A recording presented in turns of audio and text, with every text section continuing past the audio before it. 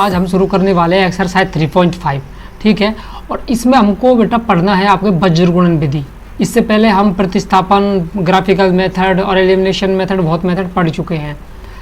अब ये वज्र गुणन विधि है, इसके बारे में थोड़ा देख लेते हैं हम। ठीक है, बाद में हम इन क्वेश्चनों को सॉल्व करना देखेंगे।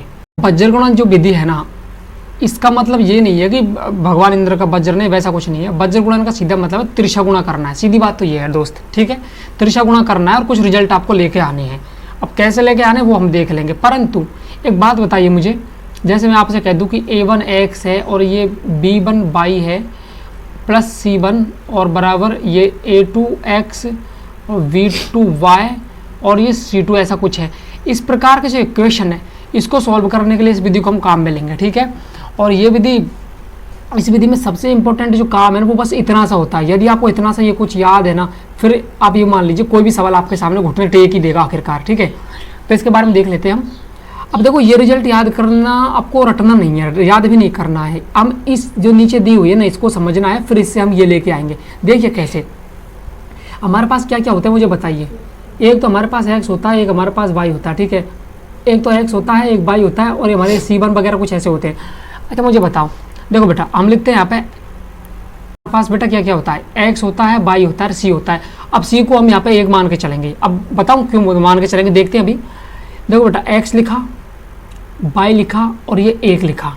ठीक है, इसके नीचे कुछ लिखेंगे हम, ये लोग भैया, मतलब मैं इसी को समझा रहा हूँ, इस वाले को आपको समझा रहा हूँ, इस वाले को। ठीक है, तो देखो v1 से शुरू करना है, याद रखिएगा v1 से शुरू करना है और b1 जैसे पे ख़त्म करना है। मतलब b1 b2 से शुरू करना है और b1 b2 पर ही ख़त्म करना है कहानी। ठीक है, अब कैसे करना है वो तो अब देख लेंगे आप। ठीक, चलिए देखते हैं। तो बेटा देखो, ऐसे गुणा करना है, देखो ऐसे। ठीक है, तो बताओ b1 गुणा c2, दिमाग लगाओ, b1 गुणा c2 मतलब क्या, आपको लिख लेना। देखो b1 b2 लिख लिया और b1 b2 एंड में लिख लिया। ठीक है, फिर c1 c2 और a1 a2 ऐसे लिख लेना बस। ठीक है, और बाद में जो भी देखेंगे हम।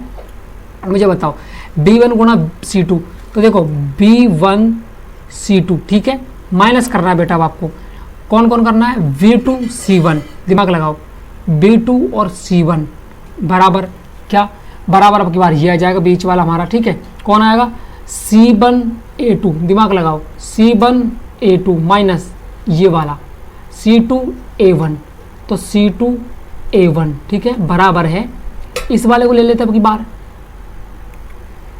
a1 b1 sorry a1 b2 और a2 b1। ठीक है, तो a1 b2, a1 v2 और a2 b1। अब देखो याद रखने का एक तरीका हो सकता है, बस थोड़ा आप इतना से याद रख लीजिए, बाकी काम तो आप खुद ही कर देंगे। कैसे, देखो यहाँ देखो b1 c2 है ना, तो अब की बार b2 c1 आएगा, c1 a2 है ना, तो अब की बार c2 a1 आएगा, उल्टा हो जाता है। a1 v2 है ना, तो a2 v1 आएगा। कोई दिक्कत है क्या इस बात में, बिल्कुल दिक्कत नहीं होनी चाहिए। ठीक है, बस आपको ये पता होना चाहिए। ये हमारी हो गई बेटा क्रिस क्रॉस मल्टीप्लिकेशन मेथड, यानी वज्र गुणन विधि हो गई, बस हमारी यही है। ठीक है, ये वज्र गुणन होता है, कोई बड़ी बात नहीं है। अब ये कैसे काम करेगी, एक दो सवाल करके हम देख लेते हैं। परंतु हाँ बेटा, प्लीज़ चैनल को अभी सब्सक्राइब कर लीजिए और ये बेल आइकन इसको भी आप प्रेस कर लीजिए। हमारे चैनल का नाम है टीचर्स वर्ल्ड बीके। ठीक है, चलिए आगे चलते हैं। अब बेटा जो पहला क्वेश्चन था ना आपका, इसमें मुझे ये बताइए क्या बोल रहा है कि भाई रैखिक समीकरण युग्म है, इनमें से अद्वितीय हल है, उसको ही हल करना है। पहले तो चेक करना है कि कौन सा अद्वितीय हल है, कौन से का हल निकल ही नहीं रहा है, या फिर कौन से का जो है अपरिमित रूप से अनेक हल है। ये पहले तुमको चेक करना है। ठीक है, चेक करना है। उसके बाद यदि किसी भी सवाल में आता है कि उसका हल फिक्स है, अद्वितीय हल है, तो हमको उसको वज्र गुणन विधि से काम उसको करना है। यानी कि आपको अद्वितीय हल होगा तभी आप वज्र गुणन विधि से निकाल सकते हैं, अनेक हल वाले मेथड को आप नहीं कर सकते। तो चलिए इसके पहले सवाल से शुरुआत कर लेते हैं। ओके, अब क्वेश्चन पहला है, इसमें क्या है आपको सब पता है कि भाई a1 का वैल्यू 1 है और a2 का वैल्यू 3 है। ठीक है, b1 b2 कौन है, -3 और -9, -3 और -9। ये वाला कौन है, 3 बटे -2, ये देखो -3 और -2। अच्छा, इनको यदि अनुपात में लेंगे तो बेटा आप क्या लिखोगे, 1/3, और ये वाला क्या है, ये -3 बटे -9 और ये वाला -3/2। मुझे ये बताओ आप, 1/3 है, 1/3 है, और ये वाला आपको देखो 3 एकम 3, 3 3 9, 3 एकम 3 और 3 3 9। ठीक है, और ये वाला क्या रह रहा है आपके पास में, -3/2। इस बात में कोई दिक्कत है कि है नहीं है। ओके, ये खत्म यहाँ पे। अब ये वाली जो कंडीशन क्रिएट हो रही है, मुझे ये बताओ क्या कंडीशन है। ये कंडीशन है बेटा हमारी A1 बटे A2 बराबर B1 बटे V2 not equal to C1 upon C2। मुझे बताओ ये वाला जो सिस्टम है किस में आता था, ये वाली कंडीशन हमारी बनती थी, कोई आंसर नहीं है, ठीक है, कोई आंसर नहीं है, नो आंसर, इस सवाल के कोई भी आंसर नहीं होंगे, यानी लाइनें जो है बिल्कुल समांतर जाएंगी और इस स्थिति में कोई भी आपका आंसर नहीं होंगे, तो इसको सॉल्व करना तो बनता नहीं है। क्वेश्चन नंबर पहले का दूसरा, ठीक है, यहाँ भी आपको पता है कि भाई ये आपका क्या A1 बटे A2 है, ये आपके B1 बटे B2 है और ये आपका C1 बटे C2 है, आपको ऑलरेडी पता है। और वैसे मैंने टेबल देखो यहाँ पे बनाई हुई है, ठीक है, सारे आप यहाँ से देख लीजिए। अच्छा, तो एक बार इनका अनुपात लेके देखते भाई आगे सॉल्व होगा कि नहीं होगा। तो बताओ 2/3 है, ठीक है, बराबर आपका 1/2 है, और ये क्या है -5/-8, यानी थोड़ा और आगे जाऊँ तो 2/3 है, 1/2 है और ये 5/8 है। खैर ये तो बराबर है ही नहीं। मुझे बताओ ये बराबर है क्या? बराबर बिल्कुल भी नहीं है। और जब ये दोनों आपस में यहाँ पे बराबर नहीं होते हैं तो ये कंडीशन हमारी क्या बनती है, A1 बटे A2 not equal to B1 बटे बेटा B2। ये 6 नहीं लिखा मैंने, B1 B2 लिखा, ठीक है, ऐसे कंडीशन। और ये कंडीशन हमारी होती है बेटा यूनिक आंसर, ठीक है, अद्वितीय आंसर, अद्वितीय हल होती है, अद्वितीय हल देती है। अद्वितीय हल का मतलब क्या है, एक्स वाई का मान बिल्कुल फिक्स आएगा, कोई ना कोई मान आएगा पर वो फिक्स वैल्यू होगा, बिल्कुल फिक्स्ड वैल्यू होगा, ठीक है। अब उसको सॉल्व करना है, पर उसने क्या कहा भैया वज्र गुणन विधि से ही करना पड़ेगा। तो वज्र गुणन विधि से करना है बेटा, तो देखो ये सारे डिटेल्स लिखे हुए हैं, बस इनको छापना अपन को। तो ये वाला बस यही काम है सबसे बड़ा, ये यदि आपको पता है ना तो वज्र गुणन विधि का कोई भी सवाल आपके सामने घुटने टेक देगा। तो चलिए वैल्यू रखते हैं अपन सीधा बेटा, एक्स के बटे में कौन है, B1 C2 minus B2 C1, ढूंढो यहाँ पे B1 C2, ये वाला B1 मतलब 8 गुणा 1 हम 8, सही है। तो 1 गुणा माइनस का 8, इस बात में कोई दिक्कत नहीं है। ये क्या है V2 C1, तो V2 ढूंढो पहले। तो V2 कौन है, V2 यहाँ पे 2 है, ठीक है भाई, 2 लिख लिया हमने, ये लो V2 हो गया हमारा। और C1 ढूंढना है, वोट इज C1 माइनस का 5 है, तो बेटा ये माइनस का क्या हो गया बेटा, ये माइनस का 5 हो गया, राइट। अगला कौन है बेटा, ये बाई बटे में है C1A2, तो बताइए C1A2 कहाँ पे, C1 मतलब कौन बेटा, ये 5 है फिर से, तो C1 मतलब कि 5 और A2 कौन है, A2 मतलब क्या, 3 की बात कर रहा हूँ मैं, ठीक है, तो ये 3 हो गया। इस बात में कोई दिक्कत है क्या, बिल्कुल दिक्कत होनी नहीं चाहिए, ओके राइट। ध्यान फिर से देख लीजिए, C1A2 मतलब C1 कौन है, C1 हमारा है माइनस का 5, जो हमको लगाना पड़ेगा माइनस का 5, ओके, और 3 आपका ये है ही है, ओके, और ये आपका A2 ठीक है 3 है, राइट। C2A1 मतलब C2 ढूंढो पहले, C2 माइनस का 8 है, तो ये माइनस का 8 हमने कर दिया। अब A1 कौन है जी, 2 है वो, तो उसमें कोई दिक्कत ही नहीं है, तो ये ऐसे हो गया, ठीक है, ओके। इधर आइए, अब 1 अपॉन में कौन चल रहा है, ध्यान रखने 1 है, C यहाँ पे बेटा हम C नहीं लिखते, यहाँ पे एक ही लिखते हैं, ठीक है, C नहीं लिखते यहाँ पे, अनुपात के कारण नहीं लिखते, कुछ और भी रीज़न है पर वो हम यहाँ पे डिस्कस नहीं करेंगे, ठीक है। तो A1 B2, ठीक है, तो A1 तो कौन है, A1 और V2 ये रहा, तो 2 दूनी के 4, ठीक है, तो ये 2 गुणा 2 4, ओके, माइनस करना है A2 V1, तो A2 तो ये रहा, V1 ये रहा, ठीक है, समझो मेरी बात को, A2 V1 है, ठीक है, तो A2 B1, तो A2 तो ये रहा और B1 आपका 1 रहा, तो 3 और ये 1, इस बात में कोई दिक्कत है क्या, बिल्कुल भी दिक्कत इस बात में होनी नहीं चाहिए, राइट। अब बेटा इसको सॉल्व कर लेते हैं, पेज को थोड़ा मैं ऊपर ले लेता हूँ, ठीक है, ये पेज को थोड़ा ऊपर ले रहा हूँ, ओके राइट। तो बता मुझे x के बटे में कौन आ रहा है भाई, x के बटे में कौन आ रहा है, 8 एकम माइनस का 8, ठीक है, और ये 5 दूनी के प्लस के 10, कोई दिक्कत ही नहीं है। इधर को 5 दिए के 15 और 8 दूनी के 16, और जो प्लस के देखो 5 दिए के 15 बटे में है, ठीक है, ये बाई के बटे में है, 5 दिए के 15 माइनस के और प्लस के 8 दूनी के 16, ठीक है, ओके। इधर को क्या है, 1 बटे 2 दूनी के 4 और माइनस के ये 3, ठीक है। अब बता मुझे 15 में ये 16 में से 15 गए तो 1 बचा, जो भी प्लस का, मतलब बाई बटे कौन बच रहा है, 1 बच रहा है, और इधर को 4 में से 3 गया तो 1 बटे 1 होता है। इधर को x बटे 10 कौन, ये बेटा आपके 2 होते हैं, मतलब आपको कंडीशन मिल रही है एंड में जाके ये वाली, पर इसको सॉल्व तो करना पड़ेगा ना भाई आगे जाके। तो हम क्या करते हैं, छोटा से काम करते हैं, मुझे बात बताओ, ये बाई बटे 1 भी 1 के बराबर है और ये x बटे 2 भी 1 के बराबर है, तो 2 कंडीशन आपके पास बनती है, x बटे 2 बनता है एक तो बराबर में 1, और एक आपके पास में बाई बटे एक बराबर एक। अब आप जानते हो ये तो यहाँ से बाई बराबर सीधा एक है और यहाँ से एक्स बराबर क्या है 2 है, ठीक है। तो कोई दिक्कत हुई क्या? बिल्कुल नहीं। एक्स बराबर 2 और बाई बराबर आपका 1, दिस इज आंसर। तीसरा देख लो, यहाँ पे क्या सारे वैल्यू मैंने लिख दिए हैं, कौन किसके बराबर क्या है। तो अब बस सीधा अनुपात रख के देख लेते हैं।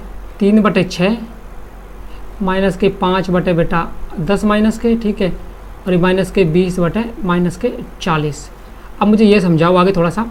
3 एकम 3, 3 दूनी के 6, 5 एकम 5, 5 दूनी के 10, तो ये ख़त्म। 20 एकम 20, 20 दूनी के 40।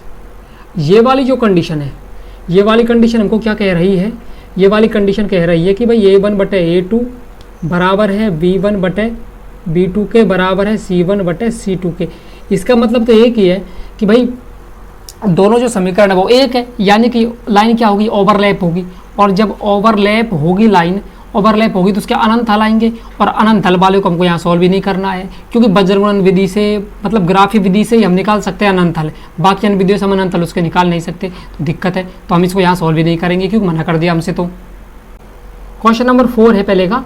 इसमें आपको देखो अनुपातों को लिख लेते हैं हम एक बार, ठीक है। तो क्या आ रहा है? 1 बटे तो 3 आ रहा है, और ये वाले क्या आ रहा है? माइनस का 3 बटे माइनस का 3, और ये क्या आ रहा है? माइनस का 7 बटे माइनस का 15।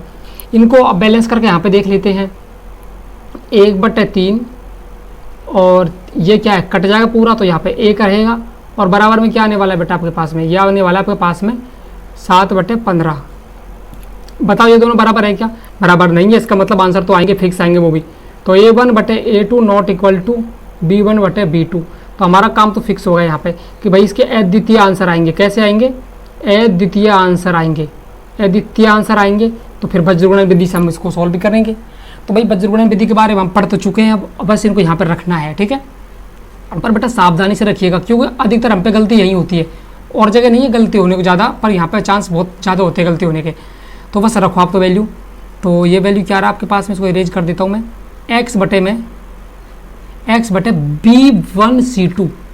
तो देखो V1 और C2 माइनस के 3 माइनस के 15, तो माइनस के तो 3 और माइनस के ही 15। कोई दिक्कत है क्या? बिल्कुल दिक्कत इस बात में होनी नहीं चाहिए। चलिए अगला माइनस का V2C1 माइनस V2C1, तो V2 तो ये रहा और C1 बेटा ये रहा। -3, एक तो माइनस का 3 है और माइनस का ही 7 है, ठीक है। ये कहानी खत्म पहले वाले की। अगला वाला बाई वाला, ये वाला, तो बाई बटे में क्या है बेटा? बताओ। C1 A2, तो C1 तो ये रहा माइनस का 7, A2 कौन है? 3 है, तो ये ऐसे हो गया। माइनस करना है C2 A1 को, तो C2 कौन है? माइनस का 15। इसे ये अब क्या करें? -15 है तो है माइनस का 15, और A1 की बात कर रहा हूँ, A1 मतलब कि 1, तो ये कहानी इसकी ये हो गई। इधर को क्या है? A1 B2, तो बताओ अब A1 तो ये रहा और B2 ये रहा, मतलब -3 1 का माइनस का 3 हो गया। और माइनस कौन करना है? A2 B1। A2 कौन है बता मुझे भाई, A2 बताओ पहले मेरे को, A2 कौन है? तो A2 3 है, ठीक है, और B1 माइनस का 3 है, ठीक है। तो ये माइनस का 3 गुना माइनस का 3 बेटा, ठीक है, माइनस का 3 गुना माइनस का 3 यहाँ पे, तो और बटे में एक, ऊपर 1 है, ठीक है। तो ये क्या हो रहा है आपके पास में? x बटे में 5 तिया के 15, सॉरी 15 तिया के 45, वो भी प्लस के हैं, 45 प्लस के, और ये क्या हो गए? प्लस हो गए, 2 और माइनस माइनस के, और ये माइनस का प्लस है तो ये माइनस हो जाएगा, ठीक है। तो 7 तिया के 21 हो जाएंगे बेटा, क्या हो जाएंगे? 21 हो गए। अगला कौन है? बाई बटे में 7 तिया के 21 और ये 15 कम 15, ठीक है। तो ये तो माइनस के 21 हो गए और ये प्लस के 15 हो गए बेटा, क्या हो गए? प्लस के 15। इस बात में कोई दिक्कत है कि बिल्कुल नहीं होनी चाहिए। और ये आपका देखो यहाँ पे 3 तो ये रहा, ठीक है, और ये माइनस माइनस क्या हो जाएगा बेटा? प्लस हो जाएगा।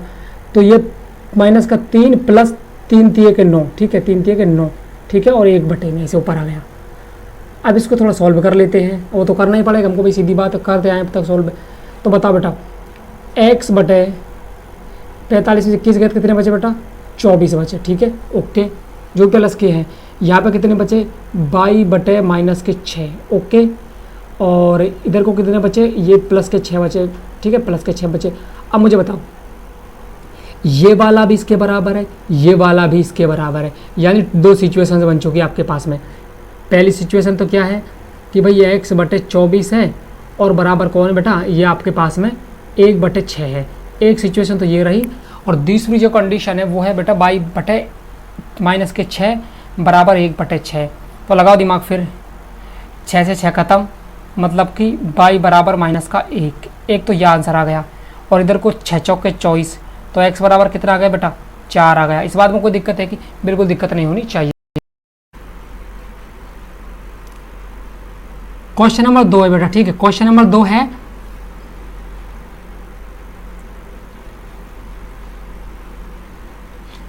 क्वेश्चन नंबर 2 है सीधा प्रश्न नंबर का, उसका भी पहला क्वेश्चन क्या कह रहा है कि भाई a और b के किन मानों के लिए निम्न रैखिक समीकरणों के युग्म अपरिमित रूप से अनेक हल होंगे। अब ये क्या, अपरिमित रूप से अनेक हल होंगे, इसका मतलब क्या है, इसका मतलब आपको अच्छे से पता है। अपरिमित रूप से अनेक हल होने का मतलब तो ये है कि भाई a1 बटे जो a2 है ना, वो बराबर होना चाहिए b1 बटे b2 के, और बराबर होना चाहिए c1 बटे c2 के।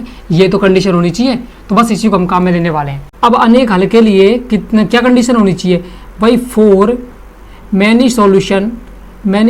इसके लिए क्या होना चाहिए भाई, बहुत सारे आंसर आने के लिए हमको क्या चाहिए कि भाई जो a1 बटे a2 है ना, ये बराबर होना चाहिए दोस्त b1 बटे b2 के, और ये भी बराबर होना चाहिए c1 बटे c2 के। कोई दिक्कत है क्या, नहीं है ना, तो बस वैल्यू रखो तो सही एक बार आप। तो वैल्यू रखी हमने, क्या रखी कि भाई 2 बटे a माइनस बी, ठीक है भाई। आगे क्या है जी, 3 बटे a प्लस बी, यहाँ से रख रहा हूँ सारी की सारी वैल्यू इनमें से, ठीक है। और कौन है जी, -7 बटे में 3a प्लस b माइनस 2, ऐसा है। अब दिमाग लगाओ किस किस को आपको हल करना है। और एक चीज़ और, इसने ए बी का मान पूछा, ध्यान रखो यहाँ पे ए बी का मान पूछा है ना, तो मैंने आपसे कहा था यदि 2 मान पूछेगा तो 2 समीकरण बनेंगे, तो यहाँ पे कम से कम 2 समीकरण तो बनने ही बनने। बताऊँ, देखो कैसे। अब बेटा मुझे ये बताओ, ये वाला इसके बराबर है, ठीक है भाई, और ये वाला इसके बराबर है, ठीक है। मतलब ये जो पहला वाला है ये इसका भी बराबर है, और ये इसके भी तो बराबर है दोस्त, समझ रहे हो। तो बस यही काम में लेंगे हम। पहली तो क्या करेंगे, 2 बटे a माइनस बी बराबर 3 बटे a प्लस बी। एक तो हमारा ये हो गया, ठीक है। और दूसरा हमारा कौन हो जाएगा, दूसरा हमारा हो जाएगा 2 बटे a माइनस बी, राइट, और बराबर में -7। भाई -7 ही तो है, अब क्या अगर है तो है भाई -7, इसमें क्या है, ठीक है 7। और ये क्या है बेटा, 3a प्लस बी -2। एक बार थोड़ा ऊपर चल के देखते -7 है कि नहीं। अच्छा बेटा देखो, यहाँ पे इसने प्लस का 7 किया हुआ है, तो इसको हम प्लस का ले रहे हैं, तो उसको भी हम प्लस का ही ले लेते हैं, ठीक है। 7 वाले को हम किसका लेंगे बेटे, प्लस का ही लेंगे, डोंट वरी, ठीक है। इसको हम प्लस का लेके चलेंगे, राइट, ऊपर है इसलिए। चाहे तो इसको आप माइनस का कर दो, फिर अब तकलीफ होगी अंदर, मतलब क्या उससे, ठीक है। तो इसको गुणा करिए पहले, तो इसका सॉल्व करिए, ये उधर गुणा हो जाएगा, ये उधर गुणा हो जाएगा, सीधी बात है। तो गुणा करिए भैया आप तो बैठ के। तो बताओ मुझे, ये 2 से गुणा होगा, 2a हो जाएगा और 2b हो जाएगा, तो 2a प्लस 2b, ये आपको सॉल्व करना आना चाहिए।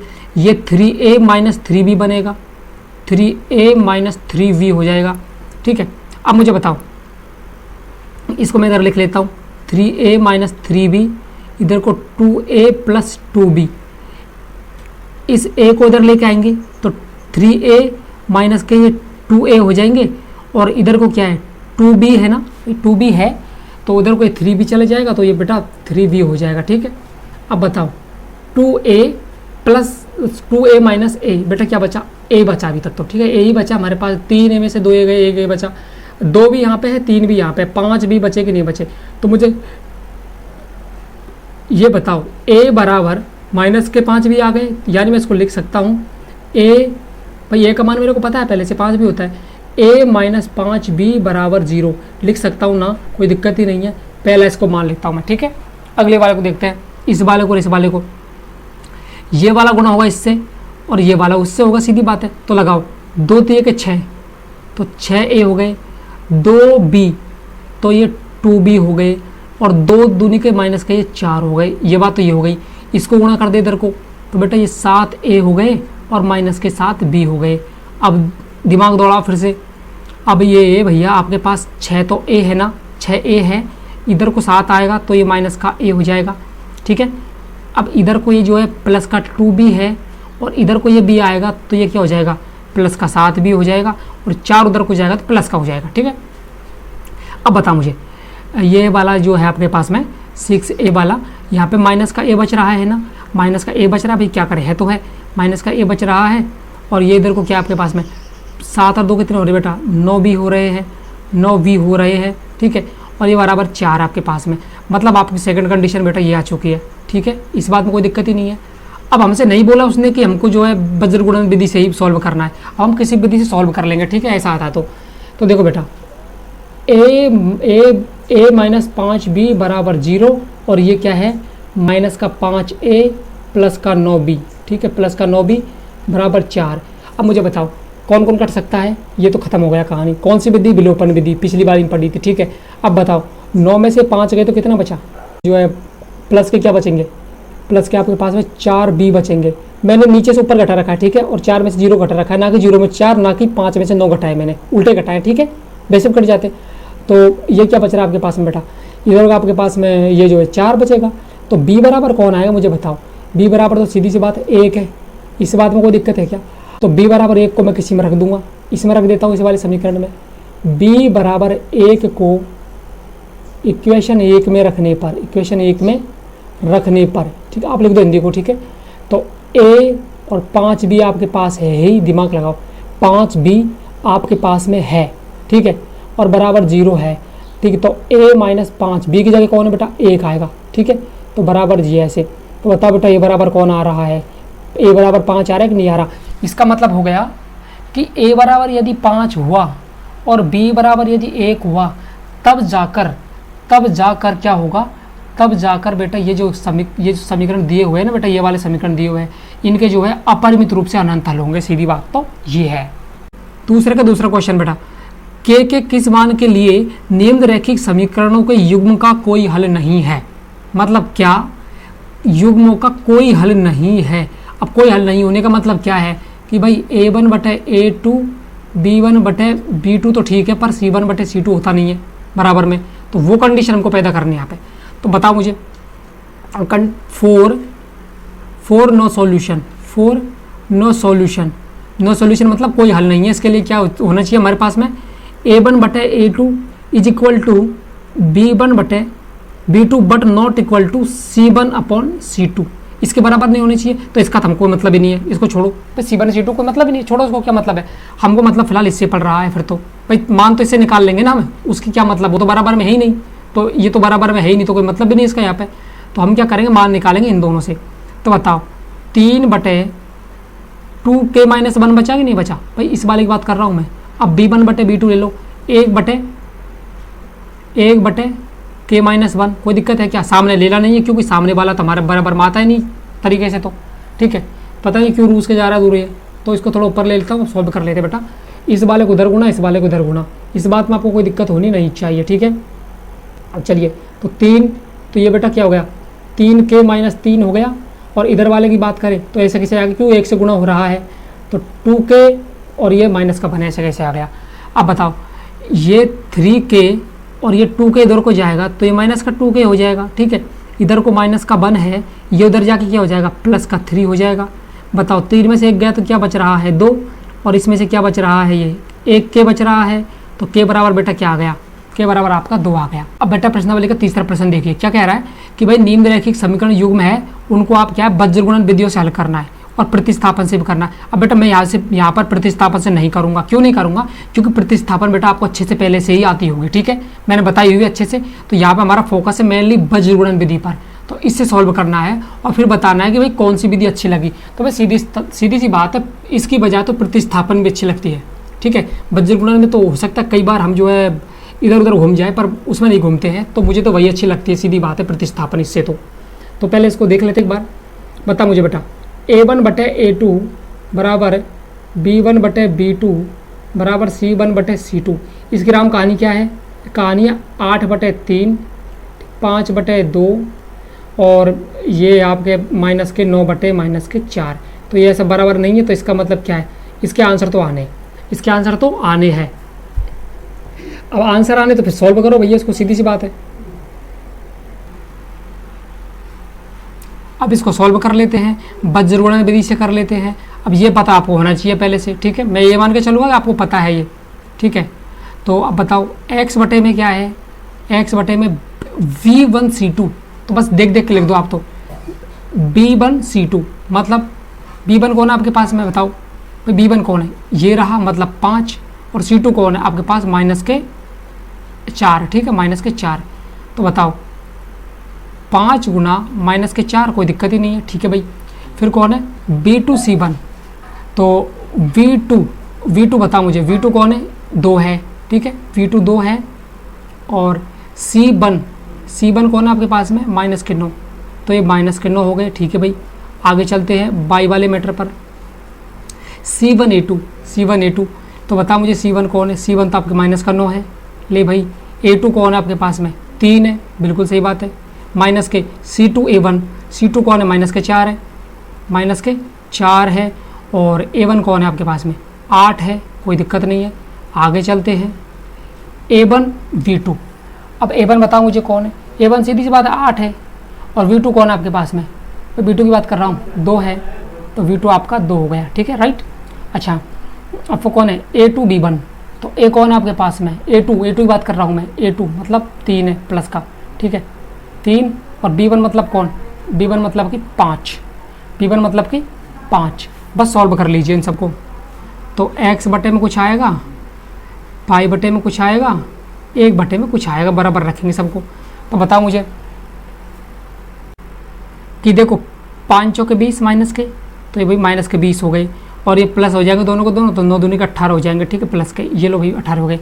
इधर की बात करें तो 9 के कितने हो गए, -27, और ये प्लस हो जाएंगे दोनों को दोनों, तो 4 8 कितने हो गए भैया, 7 तो है नहीं यहाँ पे, 4 8 कितने हो गए, 32 हो गए, कितने हो गए, 32 हो गए। इधर की बात करें 8 दूनी के 16 हो गए, ठीक है, और -3 या 5 15 हो गए। अब बताओ क्या बचा, थोड़ा पेज को ऊपर ले लेते हैं, ठीक है, बिल्कुल। तो ये बचा आपके पास में x बटे, ये आपके -2 बच रहे हैं, और ये यहाँ पे बाई बटे में क्या है, 32 है, ये देखो 27 है, तो सीधी सी बात है माइनस के कितने बच रहे हैं, 5 बच रहे हैं, सॉरी प्लस के 5 बच रहे हैं। इधर को जो है 1 बटे में क्या बच रहा है, 1 बच रहा है, मतलब 1 बच रहा है। दोनों कंडीशन हमको पता है, पहले से जानते हैं हम कि भाई x बटे -2 बराबर 1 है, और इधर को बाई बटे 5 बराबर भी 1 है, यानी कि x बराबर -2, एक तो ये आएगा, और बाई बराबर क्या आएगा बेटा, 5 आएगा। इस बात में कोई दिक्कत है क्या, बिल्कुल नहीं होनी चाहिए।